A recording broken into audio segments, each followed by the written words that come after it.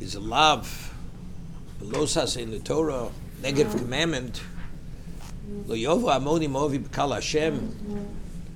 A person who descends from Ammon or Moab, they're not permitted, even though they converted to be Jews, they're not permitted to intermarry in the Kal Hashem. They consider illegitimate Jews.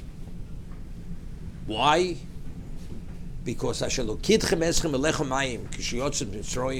did not offer us bread and water when we left Egypt. And in addition, they commissioned Bilam to curse us. Therefore, they're designated as unacceptable, illegitimate Jews. They can never intermarry into the Jewish people. So the Ramban explains why is the Torah so adamant about their status of unacceptable, illegitimate, because they're considered Kfuyei Tova. They're ingrates. Because we read in this week's Parsha how Lot was in Sodom, and before Sodom was destroyed, Lot was saved by one of the angels in the merit of Avram. Only in the merit of Avram was Lot saved. If Lot wouldn't have been saved, there wouldn't have been an Ammonite or Moabite nation.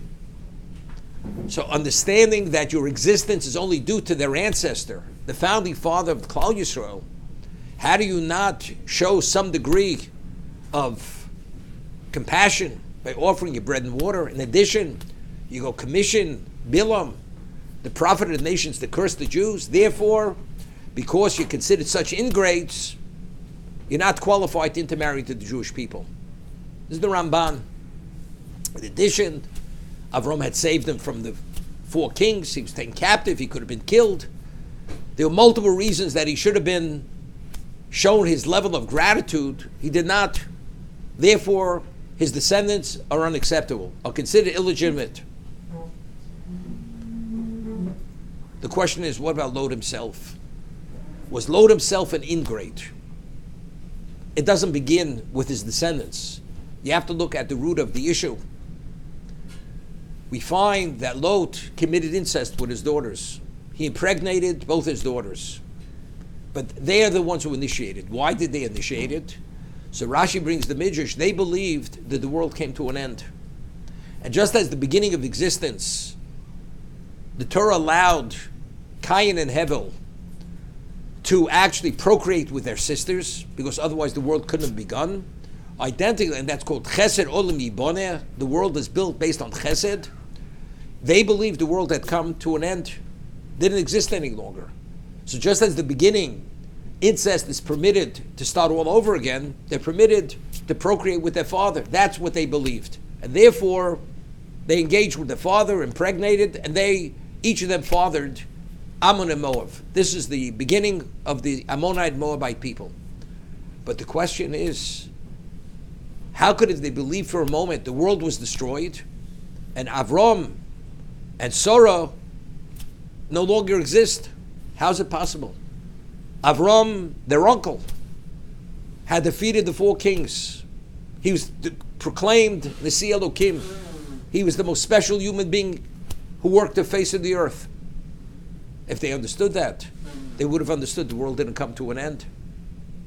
So it's obvious, Lot, the nephew of Avram, who was a beneficiary of endless favors and goodness and kindness from his uncle, never shared that he had an uncle Avram. Never shared it with his daughter, with his family. How could he not share it?